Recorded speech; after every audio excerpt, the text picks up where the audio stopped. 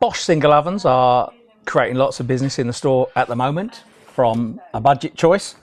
This product's actually available in two versions. There's a very nice catalytic rear line diversion. The one I want to talk about at the moment is the Pyrolytic one, which is a high heat true self-cleaning version.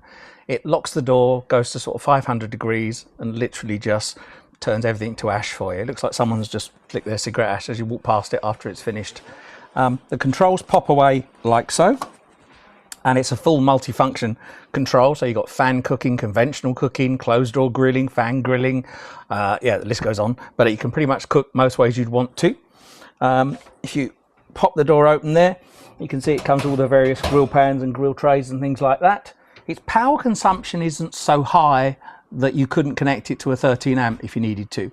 It's compatible with that, unlike some ovens which simply aren't.